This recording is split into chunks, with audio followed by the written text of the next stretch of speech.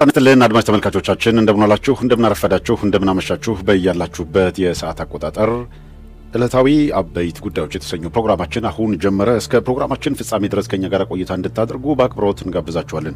አድማጮቻችን የፕሮግራማችንን መጀመር ተከትሎ ወደ ቻናላችን የገባችሁ ፈጠን ብላችሁ የገባችሁበትን ቻናል ላይክ እንድታደርጉ ሼር እንድታደርጉና ሰብስክራይብ እንድታደርጉት በአክብሮት እንጠይቃችኋለን። እስከ ፕሮግራማችን ፍጻሜ ድረስ ከኛ ጋር ቆይታ ስታደርጉ ውይይት የምናደርግበት መረጃዎቻችንን የምናቀርብበት ርዕሰ ጉዳያችን በአማራ ክልል የተፈጠረው ያልተጠበቀ መናጋት መቀሌና ሱዳን የተላኩት ድሮኖች የአርበኛ ዘመነ ካሴ መልእክትና የግብጽ የተጠንቀቅ አዋጅ በሚል ርዕሰ ጉዳይ ቆይታ እናደርጋለን። በዚህ ርዕሰ ጉዳይ ለእናንተ ይመጥናል ለዕለቱም ይገባችኋል ያልነውን መረጃ አሰናድተን ተከስተናል። እስከ ፕሮግራማችን ፍጻሜ አሁንም ቆይታ አድርጉ። አርበኛ ዘመነ ያስተላለፈው መልእክት አለ። እሱን ደግሞ እንስማ። የአማራ ፋኖ ከሌሎች ህዝባዊና ብሔራዊ ኃይሎች ጋር የሚተባበረው ብቻውን መቆም ስለማይችል አይደለም። ደግሞ አለው የአማራ ፋኖ ከሌሎች ህዝባዊና ብሔራዊ ኃይሎች ጋር የሚተባበረው ብቻውን መቆም ስለማይችል አይደለም። የትግራይ ኃይል ከአማራውና ከኦሮሞ ጋር የሚተባበረው ብቻውን መቆም ስለማይችል አይደለም። አፋሩ ከአማራውም ከኦሮሞውም ከሲዳማውም ከበርታውም ጋር የሚተባበረው ብቻውን መቆም ስለማይችል አይደለም። ኦሮሞ ከጉሙዝና ከአማራው ጎን የሚቆመው ብቻውን መቆም ስለማይችልም አይደለም። ሶማሌው ከሌሎች ወገኖች ጋር የሚያብረው ብቻውን መቆም ስለማይችል አይደለም። ሁሉም ራሱን ችሎ መቆም ይችላል። እስካሁንም ሁሉም በራሱ መንገድ በገዛ እግሩ ሲጓዝ ነው የመጣው ነው።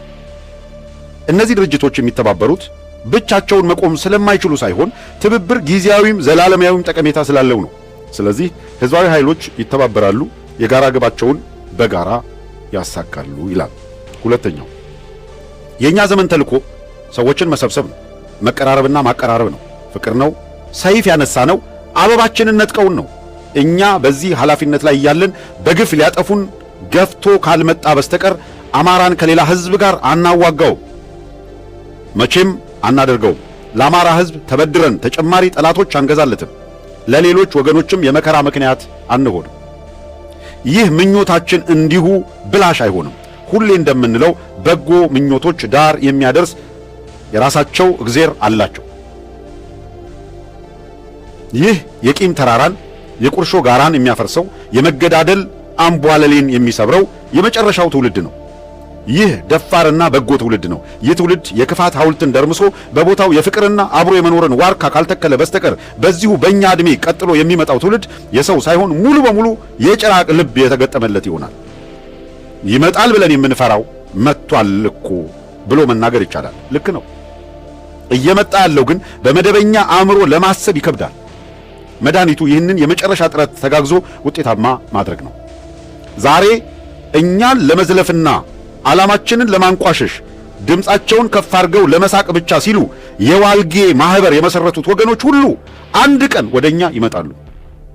ይህንን በጎ ምኞታችንን ይገዛሉ፣ የራሳቸውም ያደርጉታል።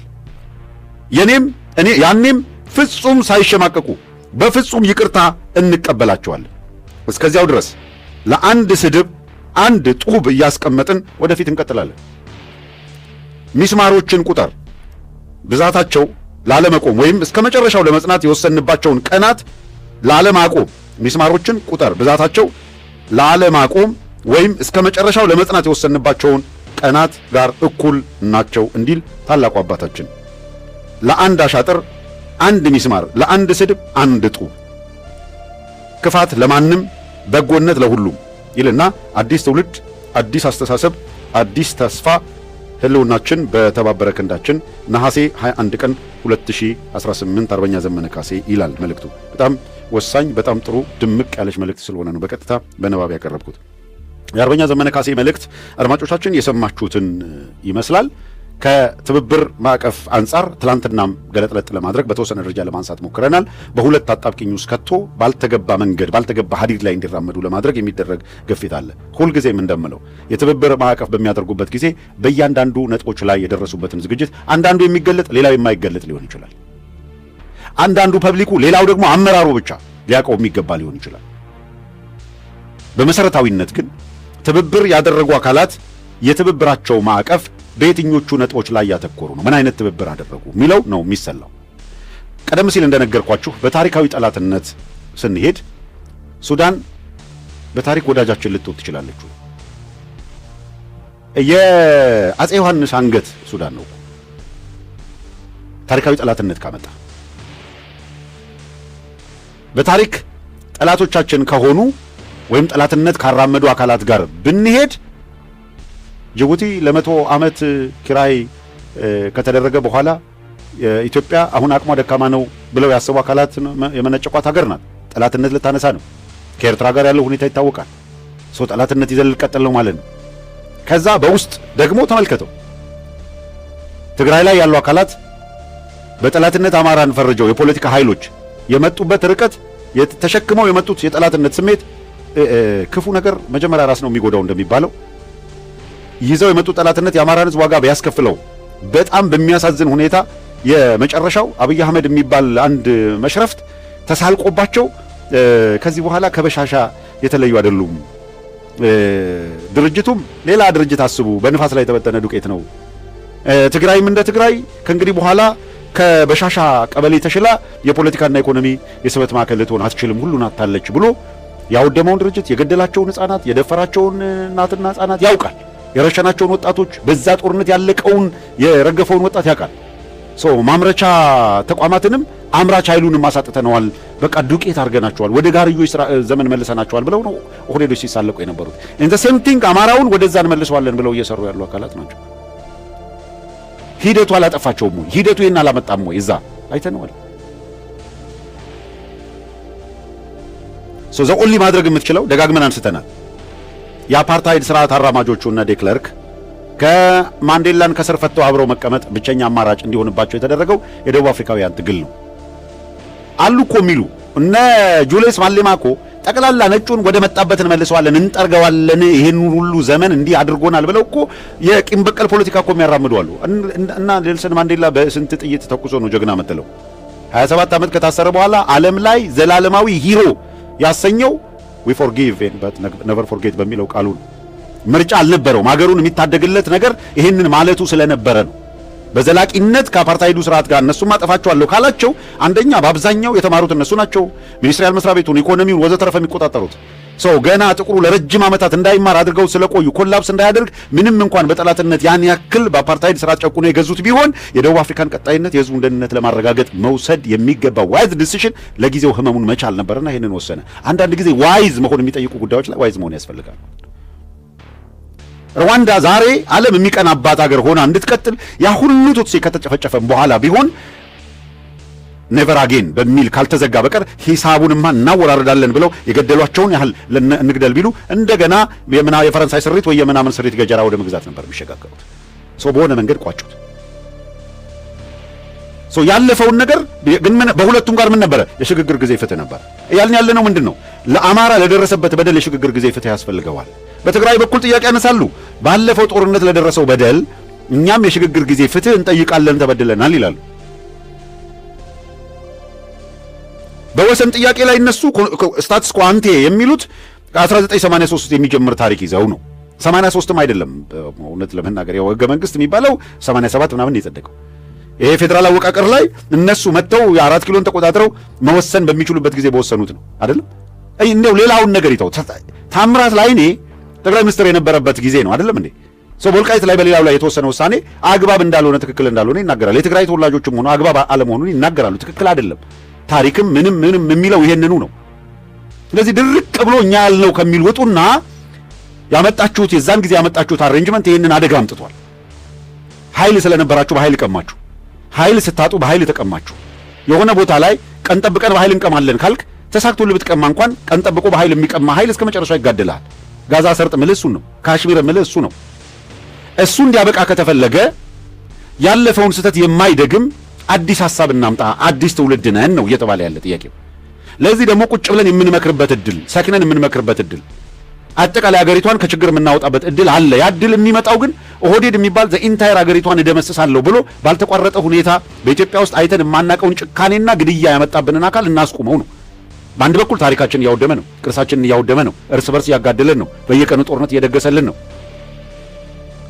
የሺህ ዘመናት ዓመተ ምህረትና የዓመተ ዓለም ቁጥርና ስሪትን ኢትዮጵያን ከመሰረቷን ለመናድ ተሰልፈው ይሄን እያደረጉ ነው።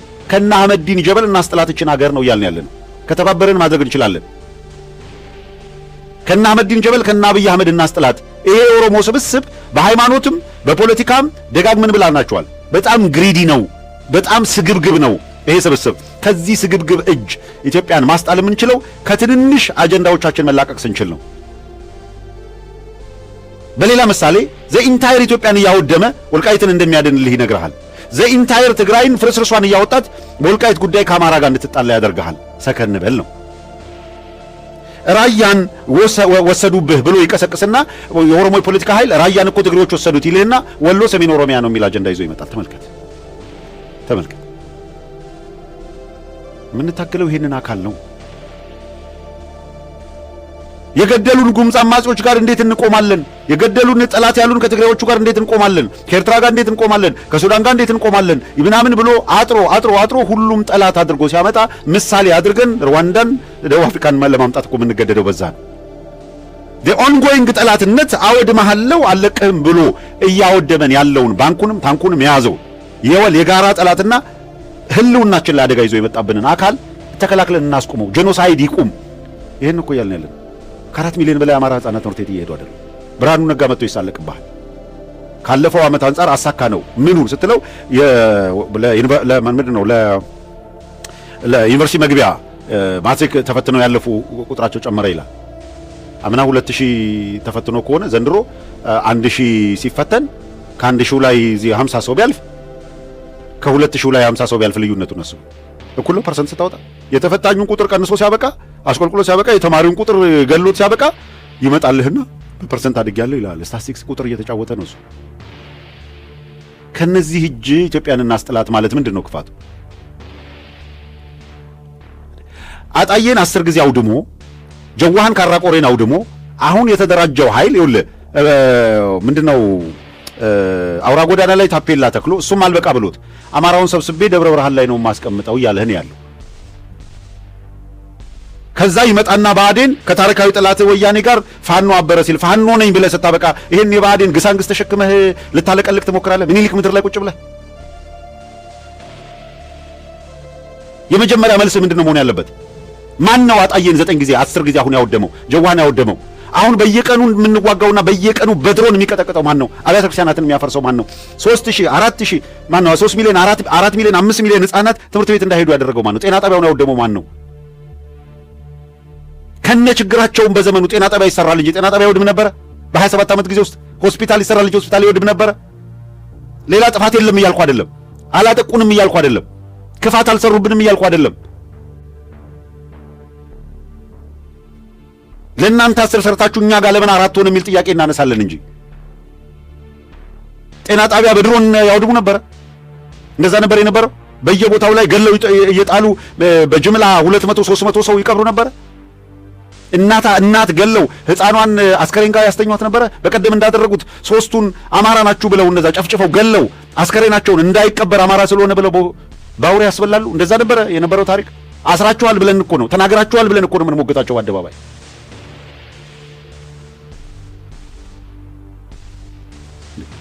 መጠን የሌለው አውሬነት በአገሪቷ ውስጥ ሰፍኖ ሳለ በ27 ዓመት እኮ እነሱ ጠላቶች ናቸው ምናምን የሚል ንትርክ ላይ ተጠምደህ እዚህ ያለው በስንት መከራ በስንት መስዋዕትነት የጸና ድርጅትን የብአዴን ተልእኮ ይዘህ ልትወረቡር ትሞክራለህ? በስም ተጠርቶ መኖር ያለባቸው በስም ተጠርተው መኖር አለባቸው። ለዛ ነው በይሄ መስዋዕትነት የተከፈለበት ትግል ነው። ነግራቸዋለሁ። አንድ ክፍለ ጦር ጋር ሄደው ሊንበዛበዙ ሞከሩ። እንደውም በጥይት ከመቆላጥ ድነህ ነው አንገቱን ደፍቶ ሹልክ ክሽሽ ብሎ ሹልክ 3 ሆነው ሄደው ነበር። ምን ልታረጉ መጣችሁ አላችሁ? አይ እንደው ይሄ ስለሚባለው ነገር ልናወያያችሁ ነው። ምን ከበላይ አመራር እንደዚህ ማብራሪያ ተሰጥቷል ወይ የሚለውን ለመጠየቅ። ታዲያ ወታደራዊ አመራሩ ባለፈው ጊዜ ማብራሪያ ሰጠን። ንግግር ጀምረዋል። አመራሮች ንግግር ጀምረዋል፣ እየተነጋገሩ ነው።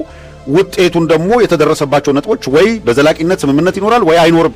ይሄንን በየደረጃው የደረስንባቸው ስምምነቶች ካሉ በዚህ ጉዳዮች ላይ ተስማምተናል ብለን በየአሃዳቸው በየክፍለ ጦሩ እንድትወያዩበት እናደርጋለን ብለውናል። መጀመሪያ ይሄ መጥቷል። እናንተ ታዲያ የመጣችሁት ከበላይ አመራር ተነጋግራችሁ ነው ወይ? ከሆነ እንዴት እናንተ የተለየ ነገር ይዛችሁ መጣችሁ? አይ እነሱ መምጣታቸውን አላወቅንም በሊድ እንዳትመጣ ድጋሚ ከበላይ አመራር ጋር ተነጋግረህ ወጥ የሆነ ነገር ሳትይዝ እንዳትመጣ። እንዲህ ያለ ነገር በዘራቸው አይድረስ አለ ብርሃኑ ማን ነው? ብርሃኑ ጁላ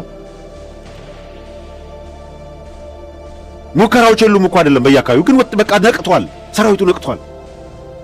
የበላይ አመራሩም የአማራን የህልውና ትግል መሰረቶች ቢሸራርፍ የሚፋታው እንዳይመስል የነቃ ኃይል ተፈጥሯል። የገባው ኃይል ሰራዊት ተፈጥሯል። አሬ አማራን አርሶ አደር ምንም የማያውቅ ምናምን ግራና ቀኝ ጠፋ አድርገህ እንዳታስብ በራሳሽ ቀኝ ተርሳኝ ብሎ ሲማማል ከየትም የትም ዳር በማንነት ደረጃ የመጣበትን ጥቃት ከላከላለሁ። ማንነቴን አሳልፌ አልሰጥም። አይ በኢትዮጵያ ውስጥ ያለው የፌደራል አሬንጅመንት መስተካከል አለበት ከተባለ ወጥ በሆነ መንገድ ይስተካከል። ማንነትን ከአስተዳደር ወሰን ጋር ማደባለቅ ጉዳት አለው ከተባለ አማራ ለብቻው ማንነት ከአስተዳደር ወሰን ጋር ካልተደባለቀ ብሎ የሚጮህበት ሪዝን የለም። በመላ አገሪቱ እንደገና የፌደራል አወቃቀር ሪአሬንጅ ከተደረገ ሰየው። ይሄ ማይደረግ ከሆነ ግን እና ይሄው ቋንቋ ላይ ምናምን ላይ የተመሰረተ የዘር ፌደራሊዝም ይቀጥል ካልክ ግን አማራውን በምትፈልገው መንገድ ሸራርፈህ አይ እኛ ካጸናነው ሕገ መንግስት ጀምሮ ብትል የሚሰማ የለም። ይሄ ያቋም ጉዳይ ነው። የአማራ ጥያቄ ወልቃይት ላይ ብቻ የሚታሰር አይደለም፣ ራያ ላይ ብቻ የሚቆጠብ አይደለም፣ ወይ መተከል ኮርነር ላይ አይደለም ያለው፣ ወይ ደራ ጫፍ ላይ ብቻ አይደለም ያለው። ይሄ መታወቅ አለበት፣ ግልጽ መሆን አለበት።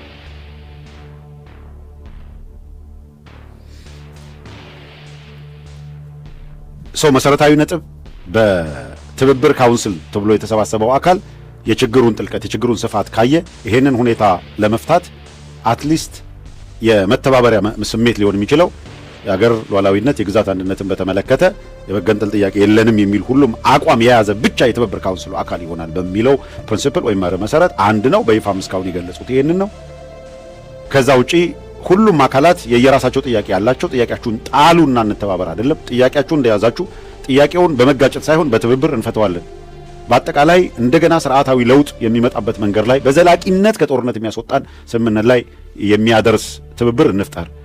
ይሄን ከተስማማን አሁን ባለበት ሁኔታ ሊያጋጨን የሚችል ማናቸውም ነገር እናቆም ካሉ ልክ አንዱ በሌላኛው ላይ ጠላትነትን እንደማይቀሰቅስ ሁሉ እነዚህ ጠላት ሆኖ ሊፈጃቸው የተዘጋጀው አካል የሚጠቀምባቸውን የማጣያ ነጥቦች በሚዲያ አፕሮች ላይም ጥንቃቄ እንዲያደርጉ ሁሉም አካላት የማድረግ ስምምነቶች ወዘተረፈ አካተው መሄድ ካልቻሉ አስቸጋሪ ነው የሚመስለኝ። ለምሳሌ ከሰሞኑ አንዳርጋቸው ጽጌ ተናግሮታል የተባለው የንግግሩን አውድ በጣም መነጋገሪያ ሆኖ ቆይቷል። በህወሓቶች በኩል ይሄ ቃል አንዳርጋቸው ጽጌ የተናገረው ንግግር በጣም ቁጣ የቀሰቀሰባቸው ነው። ለዚህ ደግሞ ሁሉም አካላት ራሳቸውን ችለው ትላንትና በተወሰነ ደረጃ አንስቻለሁ። ትብብር የሚያስፈልገው አንደኛው ከሌላኛው አንሻለው ስላለ ከሆነ አስቸጋሪ ነው። አንሰ ተንበርክከህ ከሆነ ትብብር አይደለም የሚባለው፣ መገበር ነው የሚባለው። አንዱ ሌላኛውን ማስገበር ሳይሆን እንተባበር፣ አንዱ ለሌላኛው ታስፈልገኛለህ የሚል የስምምነት ማዕቀፍ ነው። የበለጠውን ጠላት ከፊት ያለውን ጠላት ማስወገድ አለብን ሲል በሌላው በኩል ያለ ቅራኔ ወይም ጠላትነት ካለ ጠላትነታችንን ወይም ቅራኔያችንን እንተወውና ሊያጠፋን የተዘጋጀው ጠላት ላይ እናተኩራሉ ማለት ነው። ሲሆን በውስጥ ፖለቲካ ጭምር እንደዛ ነው። በመሰረታዊ ዓላማ ላይ ችግር የሌለበት ግልጽነት ካለ የሚያስቀድመው የአማራን ህልውና ትግል ዳር ማድረስ ከሆነ በአማራ ትግል ውስጥ ሌላ አጀንዳ ይዞ መጥቶ በጠላትነት ልንታረካይ ጠላትነቱን ትቶ ሞር ወዳጅ የሚያደርገው ነገር ላይ ያተኩራል። በየቀኑ ጠላትነትን የሚወልድ በየቀኑ የሆነ ነገር የሚያደርግ ከሆነ ግን አስቸጋሪ። አንዳንዶቹ ያስቃሉ። ቅድም እንዳልኩ ለብቻው ዝም ብሎ አሁን ለምሳሌ 3 ቀን አንብበህ ማትጨርሰው ጽሁፍ ፌስቡክ ላይ ለጥፎ በኃይለኛው የታገለ የሚመስለው ምናምን አለ። ደግፌዋለሁ የሚለውን ሰው እንደገና ሌላ ውርጅብኝ ሌላ እንኳን እሱ ዘር ማንዘሩን ሰብስቦ ሊመክተው የማይችል ጠላትነት ይፈጥርበታል። ወይ ትዊተር ላይ 2 መስመር ጽፎ የሚያነበው የለም እኮ ዞር ብሎ ተመልሶ ሲያየው እሱና ምናልባት በጣም የቅርብ 2 ሰዎች ካዩት 3 ከርዕሰ ጉዳዩም ላይ የጠቀስነው በመቀሌና ወደ ሱዳን የተላኩት ድሮኖች ጉዳይ ነው። በመጀመሪያው ላይ ከዚህ ከአማራ ክልል መናጋት ጋር በተያያዘ አሁን የመጡት አካላት 2 ቀናት ይቆያሉ ተብሎ አስብ ይደረጋል። ይቅርታ የማያልቅ ከሆነ ወደ 3 ቀን ሊራዘም ይችል ይሆናል። የተረጋገጠ ነገር የለም። ለማንኛውም ግን 2 ቀናት ቆይታ ያደርጋሉ ተብሎ ነው የሚገመተው። ቀደም ሲል ስናሳያችሁ የነበረው ሰነድ እነሱ ገና ተሰብስበው ያላዩት ማለት ሰነድ ነው። ይህንን ሰነድ አዘጋጅተው ስለ ክልሉ የወታደራዊ ስትራቴጂ ስለ ድል አድራጊነት ምናምን ይነገራል። ከምክክር ኮሚሽኑ አንጻር ዋናው ይሄኛው ሳይሆን ከምክክር ኮሚሽኑ አንጻር የነበረው ፍርስትሬሽንና ስሜት እሱን ሪኒው አድርጎ አድሶ አሸናፊንን የሚል ጩኸት እንዲፈጠር ነው። የአልጀር ስምምነት ጊዜ እነ ስዩም መስፍን ያደረጉት ማለት ነው። አልጀር ስምምነት ላይ የኢትዮጵያ ጥቅም አልነበረም የተከበረው። ነገር ግን መጥተው በአሸናፊነት ወጣን ምናምን የሚል ጫጫታ እንዲፈጠር አድርገዋል እና ህዝቡ እንዲጨፍር በየመሸጣ ቤቱ ሌሊት ኢትዮጵያ አሸነፈች እየተባለ እንዲደለቅ አድርገዋል። ፕራክቲካሊ የስምምነቱ ነጥብ ይፋ ሲደረግ ነው እነሱም ሊደብቁት የማይችሉት እውነት እንዳለ ዘንግተው የዋሹ አካላት እንግዲህ አንገታቸውን የሰበሩት በዛ ምክንያት ነው ተብሎ መውሰድ ይቻላል። አሁንም የተመሳሳይ አይነት ነገር ያለው አማራ ክልል ህዝቡን ሄደው እንዲዋሹ ነው ትዕዛዝ የተሰጣቸው። አላደረግ ማለት በቃ አሸናፊ ሆነናል እኛ በድል ተወጣ ነው በሉና ይሄንን አድርጉ ተብለው ነው ይሄን ለመሰበክ ነው ባህር ዳር ገብታችሁ በአስቸኳይ ገብታችሁ እደሩ የተባለ። ሚዲያዎች በምን ላይ ማተኮር ያስፈልጋል? ህዝቡ መረጃ እንዲኖረው እስከታች ድረስ ተሸንፈው አውልቀው ሱሪያቸውን ተገርፈው የመጡ አካላት ልክ አሸናፊ ነን የሚል ጩኸት ለማሰማት ነው የሞከሩት። የሚሞከረው ይሄ ነው። ህዝቡ ግን መረጃው ቀድሞ እንዲደርሰው ማድረጉ ጠቃሚ ነው። ስለዚህ በሳተላይት ቴሌቪዥን እየተከታተለን ያለው ማናቸውም በየደረጃው ያለ አርሶ አደር መላው ህዝብ ይሄን ይከታተላል። እውነታውን እንድታውቁት ነው። ካድሬዎቹ አሁን አሸንፈናል በሉ ወርዳችሁ ወደ ህዝቡ ይሄንን አድርጎ ያሸናፊነት በቃ በየቦታው በያዳራሹ ስብሰባ እየጠራችሁ ዘተረፈ ህዝቡን አስጨፍሩ ሊሏቸው ነው። በሚችሉበት ቦታ አቅም አለን ወይም በዛ ቦታ ላይ መንቀሳቀስ እንችላለን በሚሏቸው ቦታዎች ላይ እንዲህ አይነት መደናገር እንዲሰሩ ተልእኮ ተሰጥቷቸዋል። እሱ መረጃው ቀድሞ ይኖራችሁ። በትግራይና ወደ ሱዳን ድሮን ተልኳል። ወደ ትግራይ የተላከው ድሮን በትምህርት ቤት ላይ ወድቆ ከፍተኛ ጉዳት አድርሷል። ይሄ በጣም መነጋገሪያ ሆኗል። በከፍተኛ ሁኔታ መነጋገሪያ ሆኖ አሁንም ዛሬም በርካታ ሰዎች እየተነጋገሩበት እያዩት ነው። ከዚህ አንጻር የምልከታችንን ማጋራቱ ጠቃሚ ነው በሚል ነው የርዕሰ ጉዳዩ አካል ያደረግነው። እንዳይዘነጋ ሌላው እዚህ ከምክክር ኮሚሽኑ ጋር ያለውን አንድ ያልጨረስኩት ነገር አበል ክፍያን በተመለከተ ለእያንዳንዳቸው ለ4000 ገደማ ለሚጠጉት በእያንዳንዳቸው አካውንት መጀመሪያ ከመምጣታቸው በፊት 47 ሺህ ብር ነው ዲፖዚት የተደረገላቸው። ከዚያ ከመጡ በኋላ ማረፊያና የምግብ ጉዳይ እዚህ ያለው ያው ኦሮሚያ ክልል እና እነ አዳነች አቤቤ ይሄንን ፋሲሊቴት አድርገዋል። በየስብሰባው ላይ ኦህዴዶች ምንድን ነበረ ማሸማቀቂያቸው? የሚፈልጉት አጀንዳ ተቃውሞ በገጠመ ቁጥር ማታ ክትፎ ያቀረበልህ ማን መሰለ? የምትተኙበት እንደው እኮ መዋረድ እኮ ነው። ክትፎ ያቀረብንላችሁ እኛ ነን፣ የምትተኙበት አልጋ ያዘጋጀንላችሁ። እንደ ካድሬ እንደዚህ ያለ ፋንሲ ቦታ አድራችሁ አታውቁም፣ እኛ ስለሆንን ነው የተንከባከብናችሁ። እንዴት ከኛ አጌንስት ትቆማላችሁ? የሚል የሚቀርበው ምግብና ማደሪያ ጭምር ማሸማቀቂያ ነበረ። የመስፍን አርአያ ከፍተኛ በጀት ጠይቆ የነበረው ለእያንዳንዳቸው ካድሬዎች የሚከፍለው ክፍያ ነው። ከዚህ ከምግብ ከሆቴል ከአውሮፕላን ደርሶ መልስ ትኬት ወዘተረፈ ባሻገር 47 ሺህ ብር ለአንድ ዙር ነበር ገቢ የተደረገው። በቀጣዩ ግን ሌላ ሁለተኛ ዙር ወደ 50 ሺህ ብር አካባቢ ገደማ ገቢ ይደረጋል ተብለው ነበር። ሁለተኛ ዙር ላይ ማጠናቀቂያው ይሄ እያንዳንዱ ሰው በአማካኝ ከ100 ሺህ በላይ ስፔንድ ያደርጋል በአዲስ አበባ ቆይታ ተብሎ ነው የተገመተው። ስለዚህ አለን በሚል በደንብ ያገኙትን ነገር ሲገባበዙና ሲያወጡ ነው የቆዩት። ፋይናሊ አልቋል ልንመለስ ነው ብለው ጥያቄ ሲያቀርቡ የመመለሻ በጀታችንን ሲሉ እነ መስፍን አርአያ ለሁለተኛ ዙር ለመክፈል የሚያስችል በጀት የለንም፣ ዓላማውም በሚፈለገው ልክ ስላልሄደ የተፈጠሩ ብስጭቶች አሉ፣ መጋለጥ የሌለበት ነገር ተጋልጧል፣ መረጃ አውጥታችኋል፣ አጋልጣችኋል ወዘተረፈ በሚል በጀቱ የለም ተብለዋል። ገስዋት ከክልሎችን ሰብስበው ይሄ ከሆነ ደግሞ ካድሬዎቹ እታች ሲሄዱ የበለጠ ሌላ ፍርሰት ሌላ አመጽ ነው የሚያጋጥመን ሲባል ለካድሬዎቹ በየመዋቅራቸው ክልሎች ክፈሉ የሚል ለክልሎች ትዕዛዝ ነው የተሰጠው። ቀሪውን አበል ክልሎች መክፈል አለባቸው። አሁን ወደ ክልሎች ሲኬድ ምን አጋጠመ? አማራ ክልል ላይ እንደምታውቁት ከባዕዴን ተወክለው የመጡ አካላት አሉ። ከዛ አዴሃን ከሚባለው ያነ ተስፋውን የሚቀልዱበት ድርጅት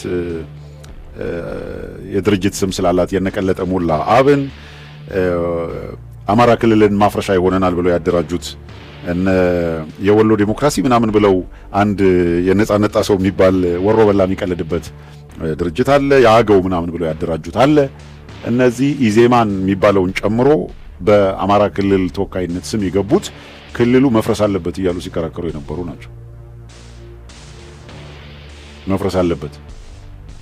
ስለዚህ ተመልሶ አልቆ ክልሎች ክፍያውን እናንተ ክፈሉ ሲባሉ እነ ቀንዳውጣ እንዴት ነው እኛ ሊያፈርሱን ለሚሰሩ አካላት ምን ከፍለው አንከፍልም ወደሚል ሄደዋል። ሊያፈርሱን የተንቀሳቀሱት ሊያፈርሱን ለተንቀሳቀሱ አካላት ደግሞ ክፍያ መክፈል አንችልም የሚል ነገር አነሱ። ከአብንና አዲሃን ከሚባሉት ያገኙት ድጋፍ አለ። ከባዕዴን ጋር የመናበብና ተመሳሳይ ፔጅ ላይ የመቆየት ሁኔታዎች ስለነበሩ ለነሱ ቢከፈል ለይታችሁ ለነሱ ከፍላችሁ ለነዛ ሳትከፍሉ ሚል ስለሚመጣ ምንም እንኳን ብታግዙንም ለናንተም አንከፍልም ብሏቸዋል። ለፒፒ ለብልጽግና ካድሬ ብቻ ግን ካድሬው እንዳይፈርስብን ክፍያው ይከፈል የሚል ውሳኔ ወስነዋል። ይሄ መረጃው እንዲኖራችሁ ነው። የድሮን ጥቃት በተመለከተ ወደ ሱዳንና ወደ ትግራይ ተልኳል። የትግራዩ በመምታት ረገድ ኢፌክቲቭሊ መጥቷል። ሳሃርቲ ወደሚባል ወረዳ ላይ ነው የድሮን ጥቃቱ የተፈጸመው። ጥቃቱ የሁለተኛ ደረጃ ትምህርት ቤት ላይ የተፈጸመ ነው። ከፍተኛ ጉዳት አድርሷል በትምህርት ቤቱ ላይ። የክልሉ ትምህርት ቢሮ በመግለጫ እንዳሳወቀው በጥቃቱ ኮምፒውተሮችን ጨምሮ ዓለም ባንክ የለገሳቸው የትምህርት ቤቱ የኢንፎርሜሽን ቴክኖሎጂ ቁሳቁሶችን ሙሉ በሙሉ አውድመዋል ይላል። ቢሮው በጥቃቱ ወቅት በትምህርት ቤቱ አካባቢ አንዳችም ወታደራዊ እንቅስቃሴ አልነበረም። ደሊብሬትሊ ትምህርት ቤቱ በእርዳታ በተገኙ የቴክኖሎጂ የትምህርት መርጃ መሳሪያዎች የታገዘ መሆኑን ከግምት አስገብተው ሆን ብለው ለውድመት ነው የዳረጉት የሚል ነው። ሆን ተብሎ የክልሉን የትምህርት ተቋማት ለማውደም ያለመ ጥቃት ነው በሚል በዛሬው ዕለት መግለጫ አውጥተዋል። ይሄ መግለጫ ግን እስከመቼ ይቀጥላል ነው። ባለፈውም እንደዚሁ ጥቃት ተፈጽሟል መግለጫ ነው ያወጡት። የድሮን ጥቃት በተፈጸመ ቁጥር ጥቃት ተፈጸመብን እያሉ መግለጫ በመስጠት የሚደረግ ትግል የት ያደርሳል የሚለውን ባለፈው በጥያቄ ደረጃ አንስተነው ነበር። ምንድነው የመጨረሻው ጣፈንታ ምንድነው? አሁን በተያዘው መንገድ ከትግራይ ያለው ኃይል በቀደም ስናነሳ እንደነበረው አርሚዎች ንቅናቄ እንዲያደርጉና ገዢ ቦታዎችን እንዲቆጣጠሩ ወዘተረፈ የማድረግ እንቅስቃሴዎች መኖራቸውን ገልጸናል። ይሄንን ገፋ አድርጎ የአገዛዙን እድሜ ማሳጠር እስካልተቻለ ድረስ አገዛዙ ሊያደርግ የሚችለው በያሉበት ቦታ ላይ ተከታታይና ተደጋጋሚ የድሮን ጥቃቶች በማድረግ አሁን እንደምናየው ማህበረሰቡንም አሳውን ለማጥመድ ባህሩን አድርቅ ነው። ስለዚህ ህዝብ ላይ ተደጋጋሚ ጥቃት የማድረግ እንቅስቃሴ ነው ሊቀጥል የሚችለው ነው። ይሄንን ነው ስናነሳ የነበረው። የአብይ አህመድ አገዛዝም ይሄንኑ ነው እንደምታዩት የቀጠለበት። በተመሳሳይ ሁኔታ ወደ ሱዳንም ድሮን ተልኮ ነበር ለማጥቃት። የሱዳን መንግስት ዛሬ ባወጣው መግለጫ ከኢትዮጵያ ግዛት ተነስቶ ወደ ሱዳን ለማጥቃት የመጣውን ድሮን መተን ጥለናል ብለዋል። ድሮን እየመቱ ሲጥሉ ከኢትዮጵያ በኩል እና አብይ አህመድ የሚልኳቸውን ድሮኖች እየመቱ ሲጥሉ ሱዳኖች ይሄ ለሶስተኛ ጊዜ መሆኑ ነው እና የድሮን ጥቃቶችን በሱዳን በኩል ያለውን ኢፌክቲቭሊ ሱዳኖች ራሳቸው እየተከላከሉ በአንታይ ድሮን መተው እየጣሉ ነው የሚገኙት። እነሱ እስካሁን ድረስ በአጸፋ በድሮን ያደረሱት የተባለ ጥቃት የለም። ነገር ግን በእግረኛ ወታደር እና የከባድ መሳሪያ የተኩስ ልውውጥ በማድረግ የሚፈልጓቸውን ቀጠናዎች ግን አስከብረው ጫና ፈጥረው መያዛቸው ከዚህ በፊት መዘገቡ ይታወቃል። ሌላው እዚህ በሳውዲ አረቢያ ተደጋጋሚ የኢትዮጵያውያን አሁን በየሳምንቱ ነው ምን አይነት ፈተና እንደሆነ በጣም በቁጥር ከፍተኛ የሆኑ የኢትዮጵያ ዜጎች ይሰደዳሉ፣ በቁጥጥር ስር ይውላሉ፣ በየእስር ቤቱ ይገባሉ። በተለይ አሁን በተደጋጋሚ በየሳምንቱ በቁጥጥር ስር የሚያውሏቸውን አካላት ከመጠጥ ጋር፣ ከአደንዛዥ ዕፅ ጋር፣ ከጫት ጋር፣ ከወዘተረፈ ጋር በማገናኘት ስለሆነ የሚጠብቃቸው ቅጣት ደግሞ በአብዛኛው እዛ የሚፈረደው የሞት ነው። በዚህኛው ዙር ይሄን ያህል ሰው ተያዘ ተብሎ እንደገና በማግስቱ ሌላ ተመሳሳይ ነገሮች ነው የሚታዩት። የተስፋ መቁረጥ ደረጃ ውስጥ የት ደርሷል የሚለውንም የሚያሳይ ነው እና በጣም ፈታኝ ሁኔታዎች ከፊት እየተደቀኑ የመጡ መሆኑን የሚያሳይ ነው። የድሮን ጥቃት በአማራ ክልል እንደምታውቁት በተለያየ ቦታ ይደረጋል። እስካሁን ድረስ የሲቪሊያን ላይ የደረሰውን ነገር ከመዘገብ የዘለለ ይሄ የድሮን ጥቃት እዚህ ቦታ ላይ ተደረገብኝ ብሎ በድርጅት ደረጃ አፋብንም ከዚያ ቀደምም በነበሩበት ሁኔታ አልወጣም። ሲቪሊያን ላይ ካጁዋሊቲ በአደጋ ጭፍጨፋ በሚፈጸምበት ጊዜ ድሮኖቹ ታርጌት ያደረጉትን የማህበረሰብ ክፍል በተመለከተ ነው መግለጫ የሚሰጠው። ከዚያ ግን ወዲያውኑ የአጸፋ ምላሽ በመስጠት ነው የሚታወቁትና አሁን ትንሽ በህብረተሰቡ መካከል ምንድነው የሚል ጥያቄ ያስነሳ ያለው ገፋ ተደርጎ የትግሉ ሂደት ስላልመጣ ከትግራይ በኩል አብይ አህመድ ለሚሰነዝረው ማናቸውም ጥቃቶች እየሰጡ ያለው ምላሽ ራሳችንን በብቃት እንከላከላለን፣ አቅሟለን፣ ትግስታችንን እንደ ፍራቻ ተቆጥሯል ወዘተረፈ የሚል መግለጫ ከማውጣት የዘለለ ፕራክቲካሊ ያንን ምላሽ የሚሰጥ አጸፋ እየተሰጠ አይደለም። አንዳንዶች እንግዲህ የፖለቲካ ኃይሎች ነገሩን በሌላ የትንታኔ አንግል እንደሚያዩት ተመልክተናል። ለምሳሌ በአንዳንዶች እይታ ምልከታ መሰረት የተቀናጀ ሁኔታና የጋራ የሆነ እንቅስቃሴ ከመጀመሩ በፊት አብይ አህመድ በተናጠል ለድርድር በተናጠል ለውጊያ ሲያዘጋጃቸው እዛ ቀለበት ውስጥ ላለመግባት የሚደረግ ጥረት እየተደረገ ነው የሚወሰድ። ይሄም ከሆነ በመሰረታዊነት የትግሉን ሂደት ለማናጋትና እነሱ ለመበተን የሚደረገውን እንቅስቃሴ የአፋብን ሪያክት እያደረገ ባለበት ልክና ፍጥነት በሌላው በኩል አለማድረግ መዘግየቶች ይታያሉ። ከመዘግየት በኋላ ግን አንዳንድ ሪስፖንዶች አሉ። ለምሳሌ የትብብር ካውንስሉን በተመለከተ ወይም የትብብር ማዕከል መፍጠር ችለናል የሚል ወይም ይሄንን ለማድረግ እየሰራን ነው ከሚለው ንግግራቸው በተናጠል የየድርጅቶቹ አመራሮች በተለያየ መንገድ የገለጹት ቢሆንም ይሄ የትብብሩ አካል ትብብር የመሰረተባቸውን መሰረታዊ ነጥቦች ጠቅሶ በዚህ ጉዳዮች ላይ ለመተባበር ስምምነት ላይ ደርሰናል የሚለውን ግን ይፋ ሳያደርግ መቆየቱ ለተለያየ አሉባልታ ተጋላጭ አድርጎታል። ምንም እንኳን እነዚህ ወርቅ የሆነ ነጥብ ተዘርዝሮ በሚገርም ሁኔታ በእነዚህ ጉዳዮች ተግባቦት ተፈጥሯል ቢባል ይሄንን የሚያደርጉት ሌሎች ስለሆኑ ብቻ የማይጠማቸው አካላት ምንም ቢደረግላቸው አቃቂር ማውጣትና ሌላ ትንታኔ ይዘው መምጣት ነው የሚጠበቅባቸው። ፖለቲከኛ ስትሆን እንደዛ ነው አይደል? ምንድነው ማሳካት የተፈለገው? ምንድነው ዴሊቨር ማድረግ የፈለገው መልእክት? ዴሊቨር የሚያደርገው መልእክት እንደዚህ አይነት የተምታታ ኪዮስ የሚፈጥር ከሆነ ከፈለገው ኪዮሱን ለመፍጠር ዴሊቨር ያደርገዋል፣ ካልፈለገው በስህተት ዴሊቨር ያደርገዋል። ግን ምንድነው ጥቅሙ? ምንም የሚታየኝ ጥቅም የለም። ሆኖ እንኳን ቢሆን ነው የምልህ፣ ሆኖ በቃ ማልዱኝ ብለው ምናምን እንኳን ቢሆን ይሄ እኮ ሚዲያ ላይ አመጣ ኢንተርቴን በማድረግ ምንድነው የሚተረፈው? ጥያቄ አይደለም በሚል እነሱ መልስ ሰጡ። በዚህ ጉዳይ ላይ እንደገና ከአፋብን የአማራ ፋኖ ብሔራዊ ንቅናቄ ህዝብ ግንኙነት ደግሞ ሪስፖንድ አደረገ በዛ ጉዳይ ላይ። እስኪ እናዳምጠው።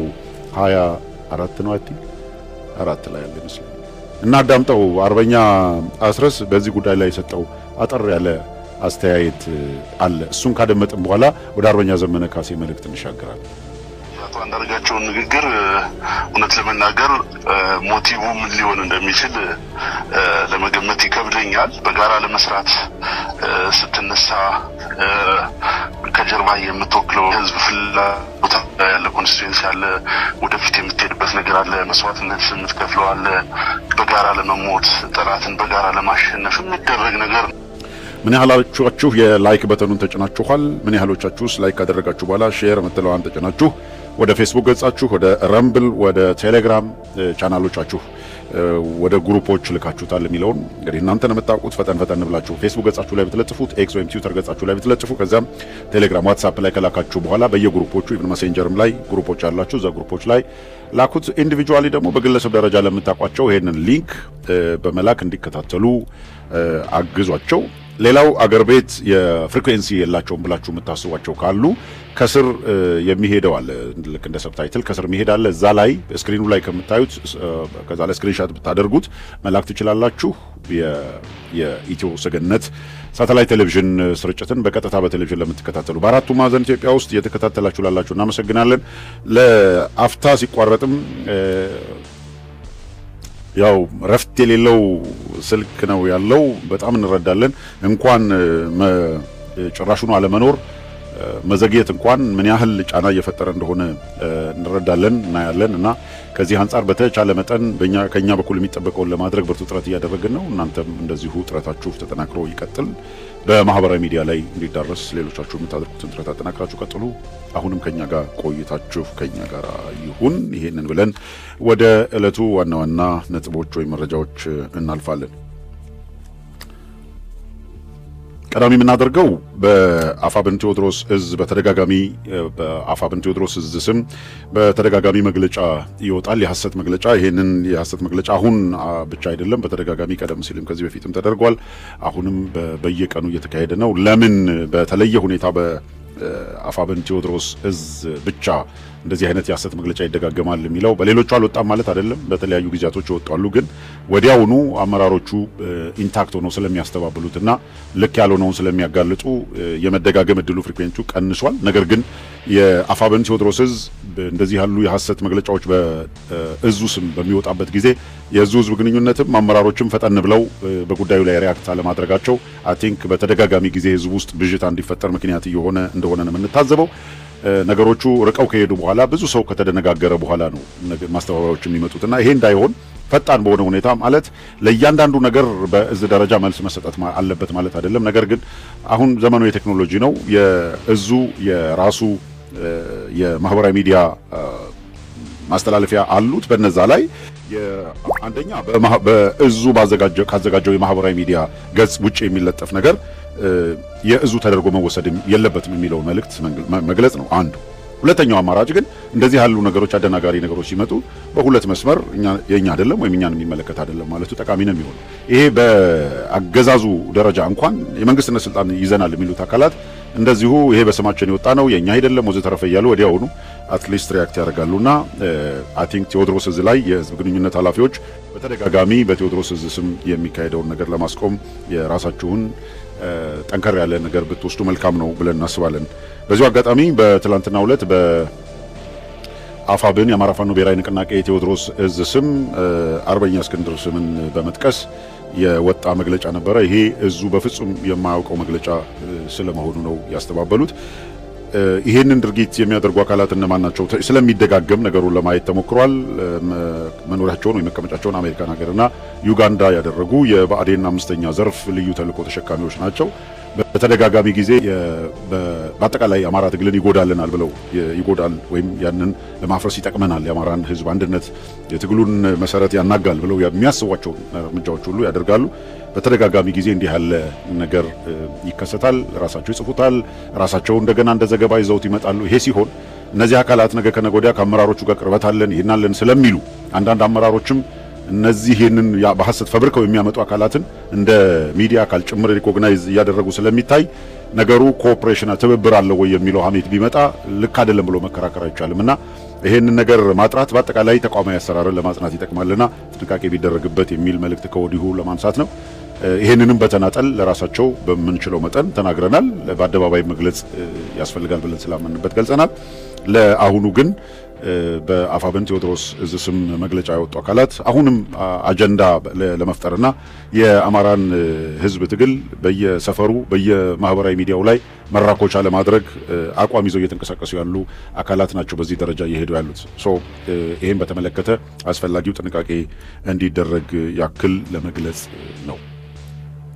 ስለዚህ ይሄው መረጃ ለሌሎች እንዲደርስ በማድረግ በኩል ጠንከር ያለ ተሳትፎ ወጣደርጉ መልካም ነው። ለሌሎች እንዲደርስም እንደዚህ ያለ የወሮ በላ ስራ የሚሰሩ አካላትም ከድርጊታቸው እንዲቆጠቡ ያስችላልና መበርታት ያስፈልጋል።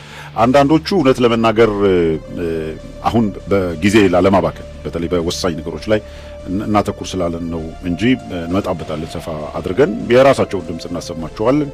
የአማራን ትግል እስከ ደብረ ብርሃን ነው በድፍረት ይሄንን የሚሉ አካላት ነው የምንፈልገው እስከ ደብረ ብርሃን።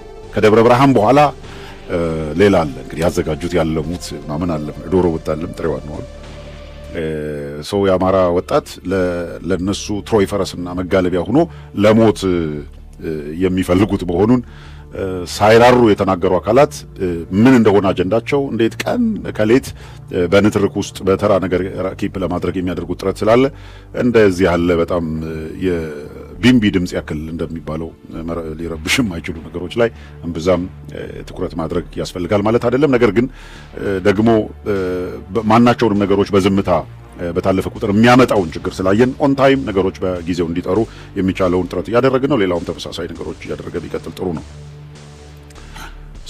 በአጠቃላይ ግን የአፋብን ቴዎድሮስ እዝ በዚህ ጉዳይ ላይ ያሉት ራስን አጀንዳ የማድረግ ግለሰብ የኔነት አጀንዳ የሚሆን ማናቸውም ጉዳይ ላይ እንደ እዝ እንዲህ ያለ ቦታ ላይ ልንገኝ አንችልም። የአማራ ፋኖ ብሔራዊ ንቅናቄ በያዛቸው አቋሞች ላይ ብሔራዊ ንቅናቄው ራሱ በተለያየ ጊዜ አስፈላጊ ነው ያላቸውን መግለጫ ወይም ትንታኔ ሊሰጥበት እድሜ ከሰጣቸው ወልቃይትን በጣም ባጭር ጊዜ ውስጥ አሁን ያለውን ዴሞግራፊ ምንድነው የሚሉት የተወላገደ ትግሬኛና የተወላገደ ምናምን አማርኛ ያሉ ነው አይደል? የአብይ አህመድ ባህል በቀደደው ነገር እየተነጋገሩ ያሉት። ስለዚህ ለነ ኮሎኔል ደመቀ የተሰጣቸው ኦሪንቴሽን ራሱን የቻለ ክልል ይሆናል፣ በትግራይም አይሆንም በአማራም አይሆንም የሚል ፖዚሽን ያዙ ተብለው ወደድክም ጠላም ተስማምተዋል። ዛሬ ኮሎኔል ደመቀ በዚህ ተስማምቻለሁ አይልህም። እኛ ምን ሰጣችሁ መረጃ ነው። የዛሬን ፕሮግራም ሴቭ የምታደርጉ አካላት ያዙትና መዝግባችሁ አቆዩት። የዛሬን መዝግቡና ያዙት። ከዛ በኋላ ይወልሲ ራሱን የቻለ ክልል መሆን አለበት የሚል አቋም ተይዘ ገላን ጎሳ የንትን ጎሳ አፈናቅለው ብለህ ኃጢአት ክፋት የዘረዘርከው አንተ ነህ። ለማ መገርሳ ምንድን ነበር ያለው? ጡትህን የቆረጠ እየተባለ የጥላቻ መዓት የጥላቻ ድሪቶ የተዘራበት ህዝብ ነው። ማን ነው ያንን የጥላቻ ድሪቶ የዘራው? የተስፋዬ ገብረአብ ትርክት የተረካችሁ ምንጭ ያደረጋችሁት እናንተ አይደላችሁም ወይ? እንነጋገር። ብልጽግና የሚባል ድርጅት መሰረትን ስትሉ ብልጽግናን የመሰረትንበት ዓላማ ብላችሁ የገለጻችሁልን ምንድነው? እናምጣው ቪዲዮ እንዳይደጋገም ብለን ምንድነው ያላችሁት? ይሄ ድርጅት የኛ ድርጅት ነው አላችሁ። እንዴት እንረሳሳለን? አማራን የማጥፋት እቅድ አለኝ ያልከው አንተ እኮ ነህ። ታየ ደንዳ እኮ በሕይወት አለ ተናገረው። ሾርት ሚሞሪ እንዳልከው ምን ረሳ አድርገህ ነው? አማራውን አጠፋዋለሁ እየሰራሁበት ነው። ለማን ነው የምትነግረው? አማራን ጠላት አድርጎ የኖረ ማን ይለናል እንዴ? አንተ አሁን ላጠፋው ነው አልክ እኮ። ባንኩንም ታንኩንም ያስከው ሰውዬ ታየ ደንዳ አሁን እስር ቤት ነው። እናምነዋለን፣ አምነነዋል። ምንድነው የሚያወሩት እነዚህ ሰዎች? ማንን ሊነግረን ነው የሚፈልገው?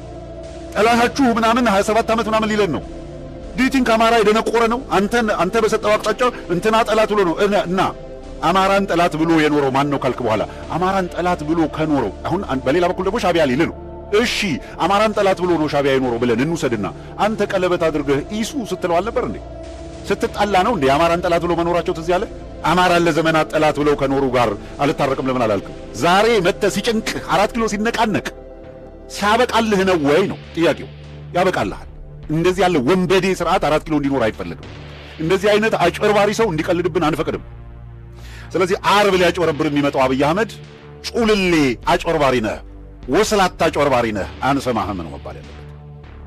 ከዚህ በኋላ እንድትነግዱብን አንፈቅድም ነው ማለት ያለበት። አማራ አንፈቅድላችሁም፣ ሌላ ቦታ ነግዱ፣ አሁን አያዋጣም መባል ነው ያለባቸው ነው ሰዎች። አማራን በጠላትነት ፈርጆ የኖረው ማን ነው? ማን ነው ፈርጆ የኖረው? ንገረን፣ ማን ነው? ምኒልክ የሰሯት ሀገር ናት ብላችሁ እኮ ነው ተረካችሁ፣ ትርክታችሁ እኮ ይሄ ህገ መንግስት የጻፋችሁት እናንተም አይደላችሁ እንዴ? ሌንጮ ለታ ሲናገር አልነበር እንዴ? የጻፈው መጽሐፍ እኮ አይተናል።